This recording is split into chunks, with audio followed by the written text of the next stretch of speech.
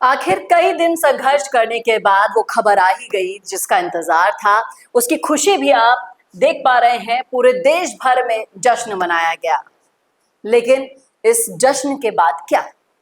इसका क्रेडिट कौन लेगा?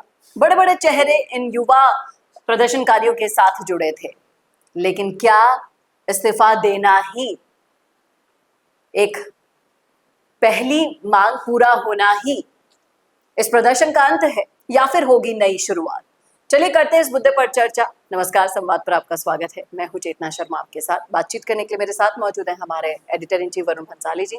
तो वरुण सर, जिस तरीके से हमने देखा कि अभिजीत दीपके का रिएक्शन, थोड़ी देर पहले पता चलता है कि इनको टाइफाइड हो गया है और ये दवाइयां ले रहे हैं, लेकिन उसके बाद जब 1 घंटे बाद इस्तीफे की खबर आ जाती है कि इस्तीफा दे दिया जाता है, पहुंच जाता है प्रधानमंत्री जी के पास, उसके बाद की खुशी आप देख पा रहे हैं स्क्रीन पर।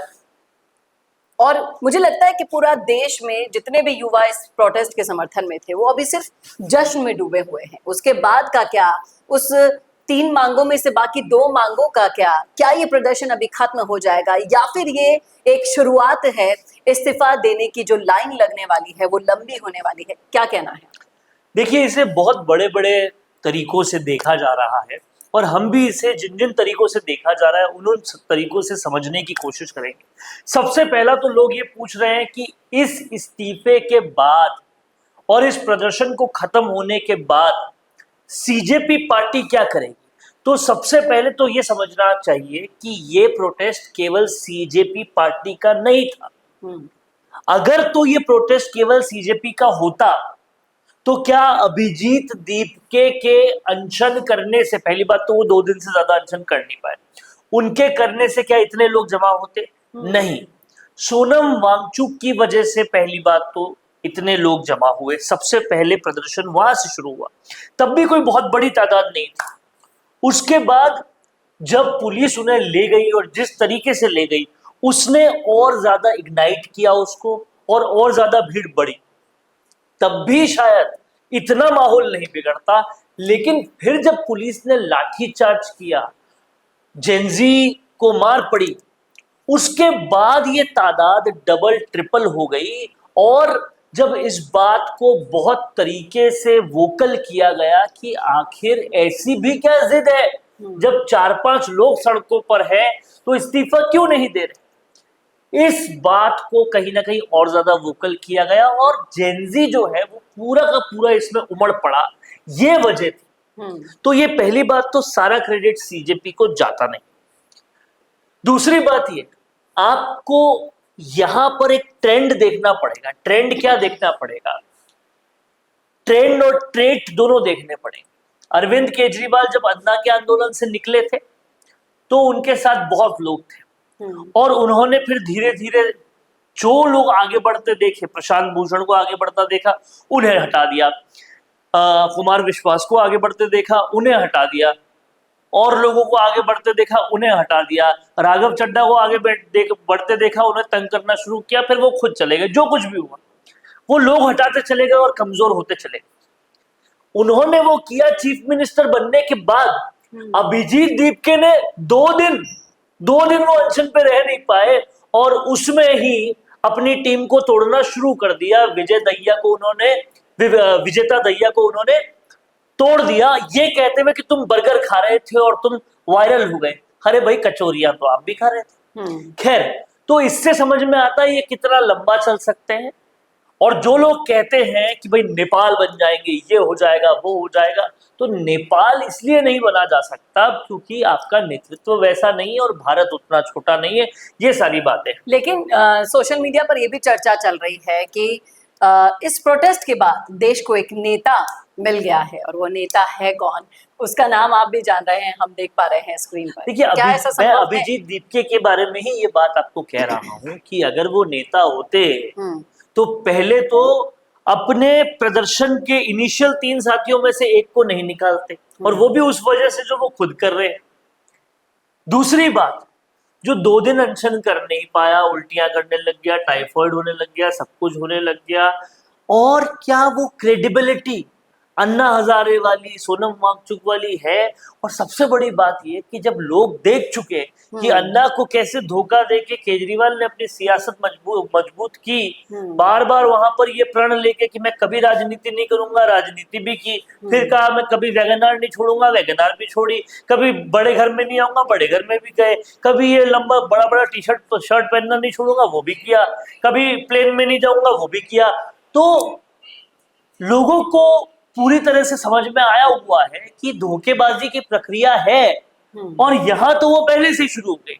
लेकिन बड़ी बात यह है कि इस आंदोलन से जो टॉप के आंदोलनकारी क्रेडिबल नेता है, उन नेताओं को एक आइडिया हो गया है कि जेनजी के समर्थन में अगर काम किया तो क्या हो सकता है। अब आप देखिए, ये तो अभी हुआ है।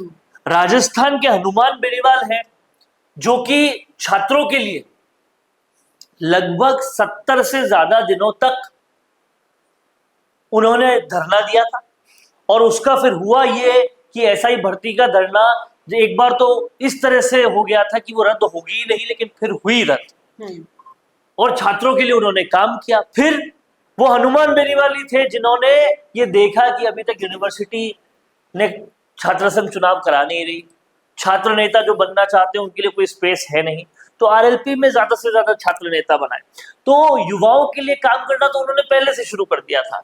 इस आंदोलन में भी पहुंचकर उन्होंने साफ साफ कहा, कल उनका एक मैं वर्जन सुन रहा था, एक मैं बाइट सुन रहा था, जहां पर वो ये कह रहे थे कि अगर सीजेपी जब मिलने लग गई जेपी नड्डा से वगैरह से, अगर वो उनके साथ समझौता कर लिया और प्रदर्शन बंद कर लिया तो हम सीजेपी की बैंड बजा देंगे। ये उनके कहने का मतलब था। तो कहीं ना कहीं हनुमान बेनीवाल जैसा नेता जो है वो ये समझ गया है कि आंदोलन किस हद तक जा सकता है, कितना बड़ा हो सकता है, और हनुमान बेनीवाल, राजकुमार रूत और चंद्रशेखर आजाद रावण अब अपना नेक्स्ट मूव भारत भर की जेनजी के साथ करेंगे। हनुमान बेनीवाल ऑलरेडी राजस्थान में कर ही रहे थे, राजकुमार रोत भी कहीं ना कहीं वागड़ के युवाओं को लगातार उठा रहे थे, और चंद्रशेखर आजाद भी यूपी में कर रहे होंगे।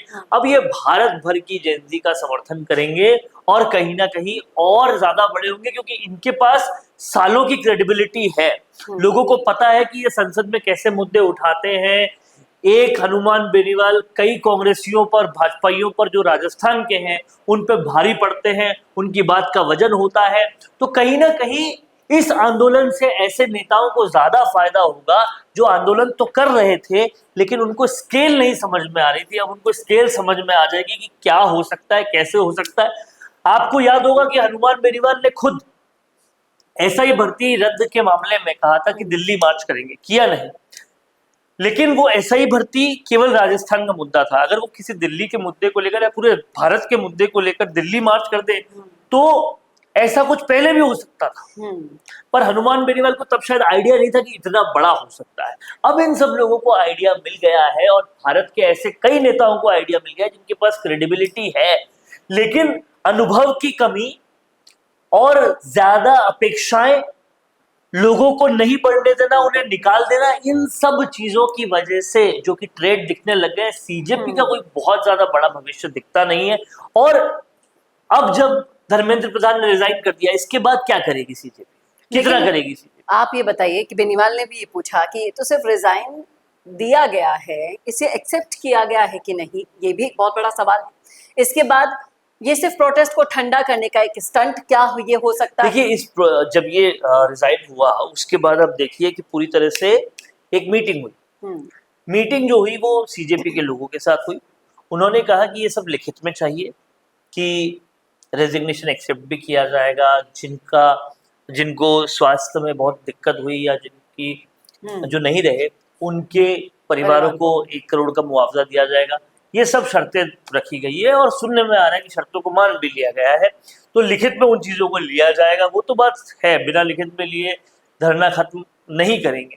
लेकिन इससे एक बात स्पष्ट हो रही है कि इनके आका अरविंद केजरीवाल को भी शायद समझ में आ गया कि यूथ और युवा के रास्ते कुछ किया जा सकता है, और इस बात को अब आने वाले यूपी, पंजाब और ऐसे इलेक्शंस में अपोजिशन यूज करेगा। अब आप देखिए सीजेपी ने तो जो काम करना था कर दिया, मुझे नहीं लगता इसके आगे बढ़ेंगे। लेकिन अब ममता बनर्जी को, बेनीवाल रोड की तो हमने बात कर ली, बट अब ममता बनर्जी को, अरविंद केजरीवाल को एक रास्ता नजर आ गया है कि भाई किसानों के आंदोलन में भी झुकी थी सरकार, युवाओं के आंदोलन में भी झुक गई सरकार। अब एक रास्ता क्लियर है कि कैसे 2029 में उस पथ पे चला जाएगा। लेकिन जितना दिमाग इन लोगों का चल रहा होगा उससे 10 कदम आगे का दिमाग पीएम मोदी और अमित शाह का भी चल रहा होगा। तो उन्होंने क्या सोचा है, वो कैसे काउंटर करेंगे, क्या देश के पास कोई ऑप्शन है, ये नहीं तो कौन पीएम, ऐसे बहुत सारे सवाल बनेंगे और उन सवालों का क्या जवाब होगा उसके आधार पे ये दिखेगा कि भारत किस तरफ जा रहा है। हालांकि बात अगर करें ऑल ओवर देश की, तो एक तरफ पूरा देश खराब मार्केट से जूझ ही रहा था, वहीं आंतरिक प्रदर्शन और ये सब कुछ भी हो रहा है, तो बहुत ज्यादा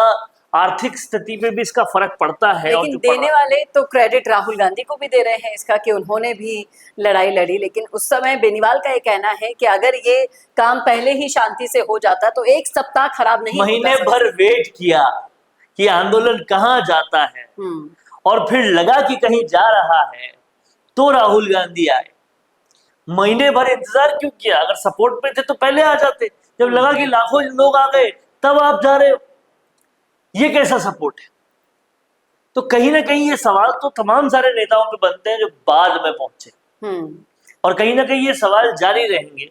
और जिस तरह से अब कहीं ना कहीं सरकार को भी अपडेट होने की जरूरत है, क्योंकि उन्होंने देखा कि युवा क्या सोच रहा है, कैसे सोच रहा है, क्या कर रहा है, अब अपडेट होने की जरूरत है। हाँ, तो बेसिकली ये किसी नेता की जीत नहीं है, यहाँ पर युवाओं की उस सोच की जीत हुई है जिसने कहीं ना कहीं ये एक मैसेज दे दिया कि तानाशाही बिल्कुल नहीं चलेगी। ये युवाओं के भविष्य की बातें थी, उनके शिक्षा की बातें थी। देखना वाकई में दिलचस्प होगा कि आगे और कौन कौन से चौंकाने वाले फैसले आते हैं और फैसलों की क्रेडिट लेने के होड़ में कौन कौन नेता शामिल होते हैं।